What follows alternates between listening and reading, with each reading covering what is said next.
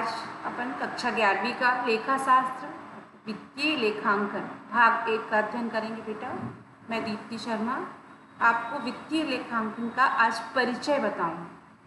तो लेखांकन एक परिचय, सदियों से मतलब बेटा पुराने समय से ही लेखांकन हिसाब किताब हर दौर में जो चलता रहा है बेटा। आज से राजा महाराजा के मतलब समय से हिसाब किताब लेखा जोखा इन सब चीज़ों का तेजी से परिवर्तन हुआ, व्यवसायिक परिवर्तन हुआ, तो ये इसको अकाउंट का रूप मिल गया। सदियों से लेखांकन लेखापाल के वित्तीय संबंधी हिसाब किताब रखने का सीमित रहा है। मतलब बेटा जो वित्तीय संबंधी हिसाब किताब है वो सीमित, परंतु आज इतनी तेजी से व्यवसायिक परिवर्तन हुआ है कि लेखापाल को संगठन एवं समाज दोनों में अपनी भूमिका एवं कार्य को पुनः मूल्यांकन के लिए बाध्य कर दिया। जब कोई उद्योग होता है, कोई व्यवसाय अपन शुरू करते हैं, सबसे पहले उनके लेखा हिसाब किताब लेखा जोखा रखना, उसका हिसाब किताब रखना, उनका लाभ हानि सब काय पर आधारित होता है, लेखांकन पर आधारित होता है। कार्यों को पुनः मूल्यांकन के लिए बाध्य कर दिया। लेखापाल की भूमिका अब मात्र व्यवहारिक सौदे हिसाब लेखांकन के निर्णायक मंडल की उपयुक्त सूचना उपलब्ध कराने वाले सदस्य के रूप में हो गई है। विस्तृत रूप से लेखांकन मात्र पुस्तक लेखन या वित्तीय प्रालेख पर तैयार करना है, उसमें बहुत आगे है। लेखापाल आज नए विकसित क्षेत्रों में जैसे न्यायालयिक लेखांकन, कंप्यूटर हैंडलिंग, इंटरनेट व बड़े पैमाने पर धन की चोरी जैसे अपराधों को हल करना, ई कॉमर्स, वित्तीय नियोजन, पर्यावरण लेखांकन आदि के कार्य करने योग्य हैं। इसी अनुभूति के कारण आज लेखांकन प्रबंधकों एवं दूसरे व्यक्तियों को यह सूचना प्रदान करने में सक्षम है जो इसे निर्णय लेने में सहायता प्रदान करते हैं। मतलब ये लेखा जोखा है जो लेखांकन प्रबंधन के लिए दूसरे व्यक्तियों को यह सूचना प्रदान करने में क्या है, सक्षम है, और इसे निर्णय लेने में भी क्या होती है, सहायता प्रदान करता है। सूचना प्रणाली के रूप में यह किसी संगठन की आर्थिक सूचनाओं से संबंधित आंकड़ों को एकत्रित कर उसका संप्रेषण विभिन्न उपयोगकर्ताओं तक करता है। फिर लेखांकन का अर्थ वर्ष 1941 में American institute of scientific public accounts में लेखांकन की एक परिभाषा किस प्रकार दी है।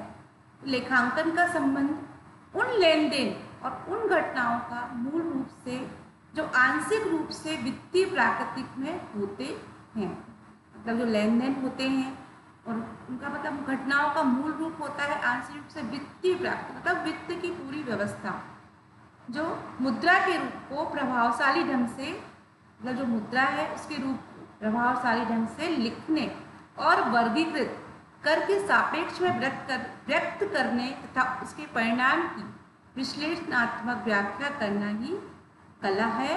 इसकी लेखांकन में ये सब है।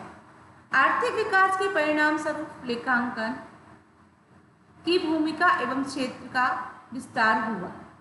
सन 1966 में अमेरिका अकाउंटिंग एसोसिएशन ने लेखांकन को इस प्रकार परिभाषित किया। लेखांकन एक आर्थिक सूचना की पहचान, मापने और संप्रेषित करने की एक ऐसी क्रिया है जिसके आधार पर सूचनाओं का उपयोग करता है और सख्त निर्णय लेने में सक्षम होता है। फिर 1970 में accounting principle board of IPCA ने लेखांकन का कार्य मुख्य रूप से आर्थिक इकाइयों के संबंध में ऐसी गुणात्मक सूचनाएं उपलब्ध कराना है। मतलब जो अकाउंट है 1970 में अकाउंट प्रिंसिपल ऑफ बोर्ड ने लेखांकन का कार्य मुख्य रूप से आर्थिक क्रियाओं के संबंध में, तब जो आर्थिक क्रिया इकाइयाँ हैं जितनी, उनके संबंध में गुणात्मक सूचना उपलब्ध कराना है। प्रमुख रूप से व्यक्ति प्राकृतिक होते हैं, आर्थिक निर्णय लेने में उपयोगी, तब जो ये आर्थिक निर्णय लेने में क्या होते हैं, ये उपयोगी होते हैं। लेखांकन संगठन की आर्थिक घटनाओं को पहचानने या अपने में लिख रखने में ऐसी प्रक्रिया है जिसके माध्यम से सूचनाओं से आंकड़े उपयोगकर्ता संप्रेषित किया जा सकता है।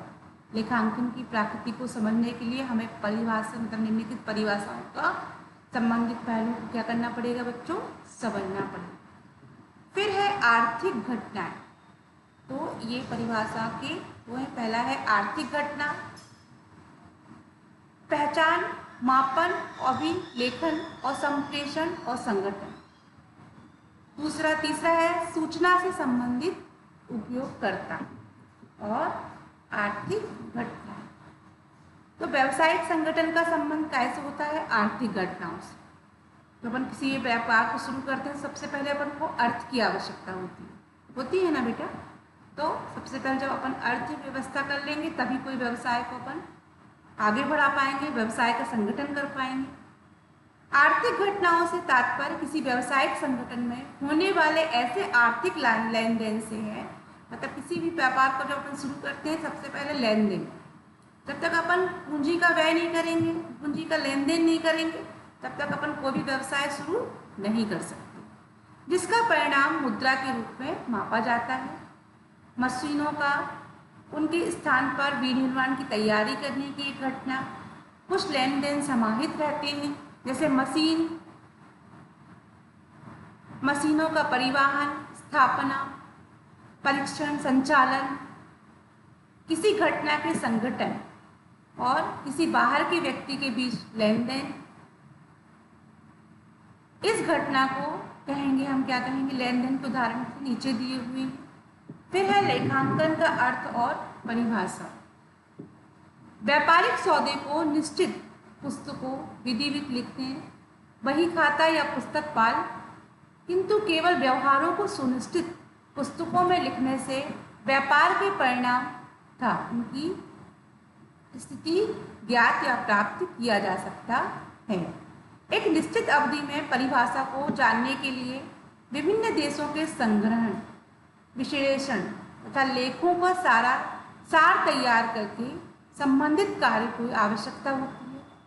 तो व्यापारिक परिणाम को भी जानने के लिए लेखों का संग्रहण करना कैसा होता है, वर्गीकृत करने में, तैयार करने में लेखांकन कहा जाता है। मतलब जो व्यापारिक परिणाम होते हैं उनको जानने के लिए, लेखों का संग्रहण करने के लिए, वर्गीकृत करने के लिए तथा तैयार करने के लिए जो भी मतलब उनका लेखा जोखा है जो तैयार किया जाता है उसे लेखांकन कहा जाता है। एच वायरमैन के अनुसार वित्तीय लेखांकन सूचना का प्रमाण, मूल्यांकन, अभिलेखन और एक पुराण लेखांकन भी कहलाता है।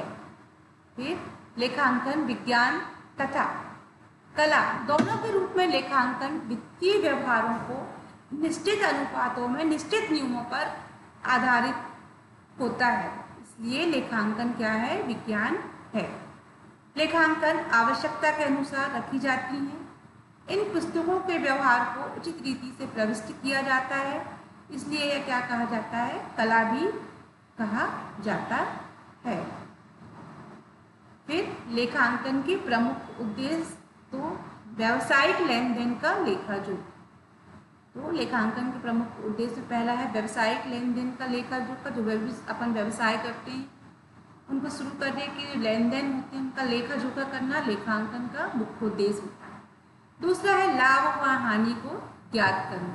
लेखांकन का प्रमुख उद्देश्य ये भी है कि अपन को व्यवसाय जो अपन उद्योग उद्यम लगाते हैं उसमें लाभ हानि ज्ञात करना।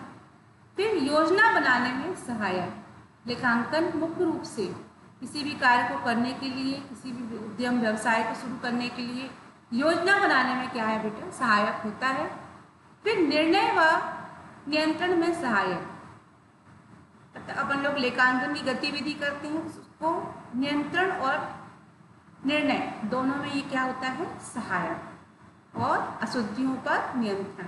कोई व्यवसाय शुरू करेंगे तो अपन केवल मतलब गलतियां भी होती हैं, त्रुटियां भी हो जाती है, तो उन अशुद्धियों को दूर करने के लिए भी क्या होता है, लेखांकन सहायक होता है। समायोजन करना, योग्य आय का निर्धारण। लेखांकन से अपन कर योग्य आय का भी निर्धारण आसानी से कर सकते हैं। फिर अंकेक्षण का आधार, तो ये अपन को लेखा जोखा बनाने के लिए अंकेक्षण का अपन में ये भी सहायक होता है। तो लेखांकन में अंकेक्षण का भी आधार बहुत महत्वपूर्ण होता है। पहचान करना, मापन, लेखा जोखा और संप्रेषण। इसका अर्थ यह निर्धारित करना है कि लेन देन का अभिलेख कैसे किया जाए, उन घटनाओं की पहचान करना, अभिलेख किया जाना, उस संगठन से संबंधित सभी क्रियाओं का अवलोकन कर उन्हीं क्रियाओं का चयन किया जाता है जब व्यक्ति प्राकृतिक लेखा पुस्तकों से लिखने का निर्णय लेने से पहले व्यवसाय में लेन देन एवं सूची आज की घटना का मूल्यांकन किया जाता है। तो किसी व्यवसाय को जब किसी शुरू करते हैं तो कहाँ लेन देन कैसे करना है, कैसे मतलब कहाँ व्यय होगा, कहाँ से लाभ होगा, कहाँ से हानि होगी, ये एक संगठन आपको निर्धारित करता है। सुधारना, मानव एवं समाज का मूल्य नीति में परिवर्तन, कर्मचारी की नियुक्ति महत्वपूर्ण घटना है। फिर दूसरा है मापन। लेखांकन में मापन का भी महत्व। इसका अर्थ है कि मौद्रिक इकाइयों में व्यवसायिक लेन देन का वित्तीय प्रमाणीकरण, अनुमानों की मौद्रिक आधारों, रुपयों व पैसों की इकाई का अभिलेख किया जाता है। अर्थात मापन की इकाई के रूप में रुपया, पैसे। यदि किसी घटना को मौलिक रूप से प्रमाणीकरण संभव नहीं है तो इसका वित्तीय लेखांकन में लेखन नहीं किया जाए। प्रबंध निर्देशांक की नियुक्ति, महत्वपूर्ण अनुबंध, कर्मचारियों की बदली, आवश्यक सूचनाएं का लेखा जोखा पुस्तक में नहीं किया जाएगा। फिर है अभिलेखन। जब एक बार आर्थिक घटनाओं की पहचान, समापन वित्तीय रूप में होती है तो इसे मौलिक इकाई में लेखा पुस्तकों के कालक्रम अनुसार लिखित किए जाते हैं। अभिलेखन इस प्रकार से किया जाता है कि आवश्यक वित्तीय सूचनाओं को स्थापित परंपरा के अनुसार सारांश निकाला जाए, जब भी आवश्यकता हो उसमें उपलब्ध किया जा सके। फिर है संप्रेषण। आर्थिक घटनाओं की पहचान की जाती है, उन्हें मापा जाता है, इसका लेखन किया जाता है। प्रस्तुत अनुकूल सूचना तैयार होती है, दूसरे आंतरिक एवं उपयोगीकर्ताओं को एक विशिष्ट रूप में संप्रेषित किया जाता है। संप्रेषण मतलब प्रस्तुत करना, प्रदर्शन, जो उद्यम की वित्तीय स्थिति एवं प्रदर्शन के आकलन, व्यवसायिक क्रिया के नियोजन एवं नियंत्रण पर समय समय पर आवश्यक निर्णय लेने की रुचि रखते हैं। क्या? संप्रेषण। मतलब अपन अपने व्यापार को कैसे संप्रेषित कर रहे हैं, उसका लेखा जोखा कैसे व्यक्त कर रहे हैं, ये सबके लिए संप्रेषण बहुत आवश्यक है। लेखांकन सूचना प्रणाली को इस प्रकार से बनाना चाहिए कि सही सूचना सही व्यक्ति को सही समय पर संप्रेषित हो सके। मतलब जो अपन व्यवसाय का लेखा जोखा है उसकी सूचना प्रणाली ऐसी होनी चाहिए कि किसी भी व्यक्ति मतलब सही समय पर संप्रेषित की जा सके और प्रालेख उपयोगकर्ताओं की आवश्यकताओं को देखते हुए अभिलेख पैन साप्ताहिक भी हो सकते हैं, ये मासिक भी होते हैं और त्रैमासिक भी होते हैं। जो संप्रेषित अभिलेख होते हैं वो कैसे होते हैं? अपनी उपयोगिता और आवश्यकता को देखते हुए अभिलेख पैनिक मतलब साप्ताहिक होते हैं, मासिक होते हैं और मासिक होते हैं और त्रैमासिक होते हैं। इस संप्रेषण प्रक्रिया का महत्वपूर्ण सत्र लेखापाल की योग्यता एवं कार्य उपयुक्त सूचना के प्रस्तुतिकरण में होता है। इसके बाद बच्चों गृह कार्य है, तो आपको लेखांकन का अर्थ एवं उसकी परिभाषाएं लिखनी है। फिर लेखांकन के प्राकृतिक को समझाने वाले पहलुओं को समझाइए। फिर लेखांकन के प्रमुख उद्देश्य क्या है, ये सब आप बेटा कॉपी में लिखोगे।